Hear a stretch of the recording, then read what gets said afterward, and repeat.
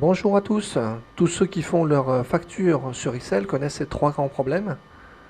On a une base de clients qui est dans une feuille ID number et selon les factures, eh bien, on ne va pas avoir la même liste de clients. Et pourtant, on a une liste de clients qu'on maintient, nous, dans une base de clients, mais qui n'est jamais la même. Deuxième problème, c'est que les listes sont souvent trop longues. On voudrait bien n'en pouvoir sélectionner que quelques-uns, mais c'est pas facile, même avec les filtres. Et troisième grand problème, les listes ne sont pas ajustées automatiquement. Lorsqu'on rajoute quelqu'un dans cette liste, ça ne se met pas à jour automatiquement. Voyons comment on règle ces trois problèmes directement dans Excel et Power Query.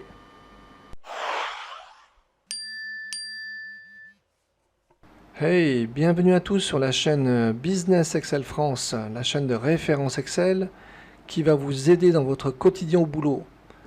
Si c'est votre première fois ici, n'hésitez pas à souscrire à la chaîne pour bénéficier gratuitement de toutes les vidéos qui vont vous aider dans votre quotidien. Sachez que tous les fichiers utilisés sont disponibles par mail, il suffit de remplir un petit formulaire dans la description et vous les recevrez automatiquement. Sans plus tarder, c'est parti!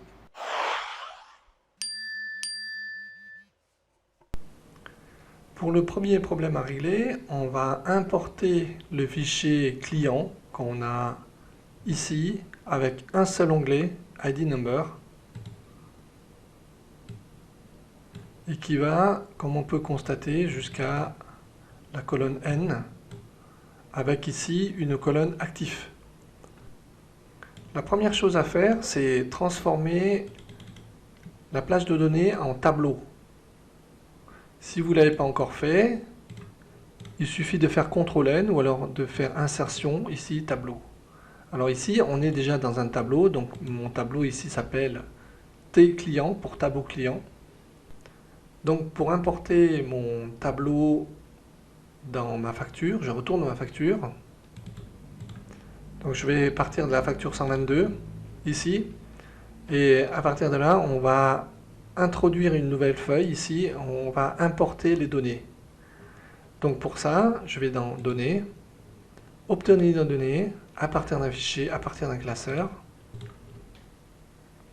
J'ai ici mon répertoire, j'ai ici mon fichier client que j'ouvre. Donc Power Query va s'ouvrir en disant qu'est-ce que vous voulez. On va prendre la table client. Ce sera mieux que l'ID number. On pourrait passer par l'ID number. Le problème de l'ID number, c'est qu'on peut avoir des violations de partage de temps en temps qui sont souvent inexpliquées. Donc en passant par le tableau ici, on voit un exemple du tableau qu'on a. Et on regarde bien qu'on a bien les derniers. Voilà. Donc je dis transformer les données. Power Query va s'ouvrir. Je le remets bien dans le cadre. Et vous voyez qu'on a juste fait dans la navigation, on est juste allé sélectionner la table T client. Et ensuite il a modifié le type. Donc le type c'est, on a le code, l'ID, le titre, le nom. Ici c'est tous du texte. L'ID est un chiffre. Texte, texte encore. On continue, on regarde que tout soit correct.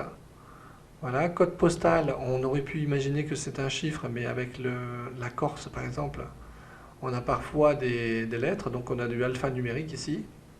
Adresse 2, on n'a rien, c'est pas grave. Et ici, on a actif ou pas. Et dans ce cas-là, on va faire sélectionner directement. Ici, on va filtrer. On va prendre que les actifs quand c'est oui. Et du coup, la liste des actifs apparaît, elle est ici.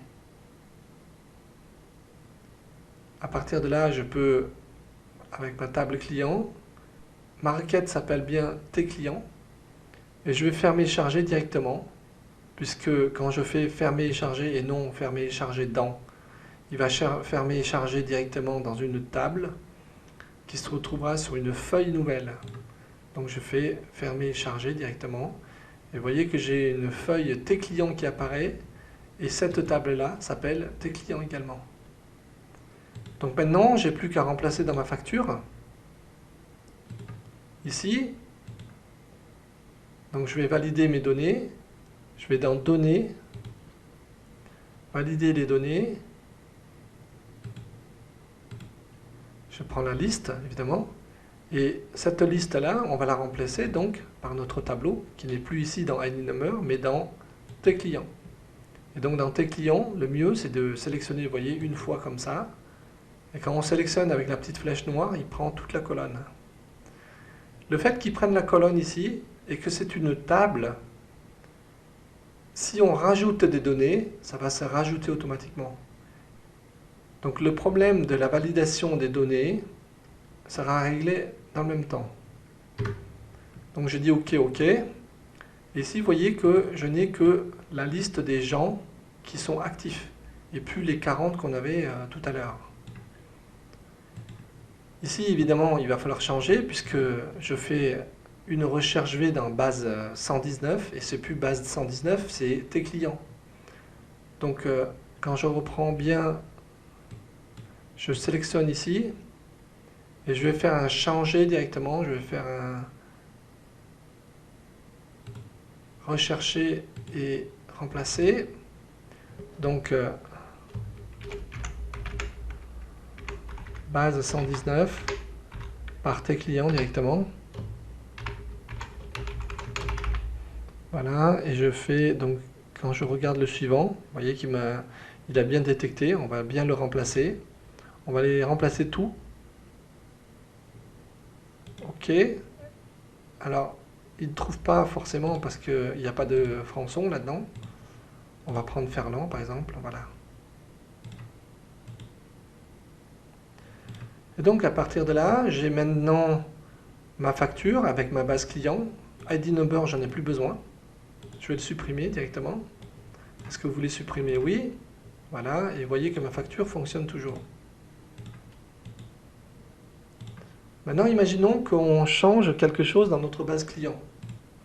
Donc, je reviens sur ma base client et ici, on va dire,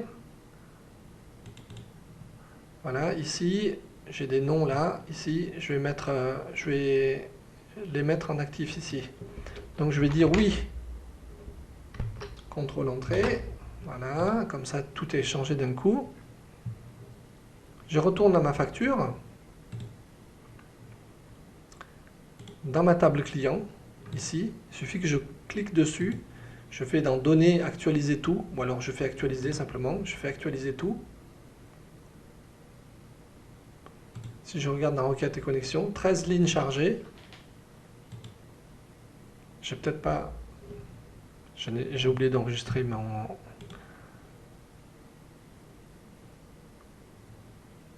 fichier client. J'ai oublié d'enregistrer le fichier client. Donc j'enregistre le fichier client.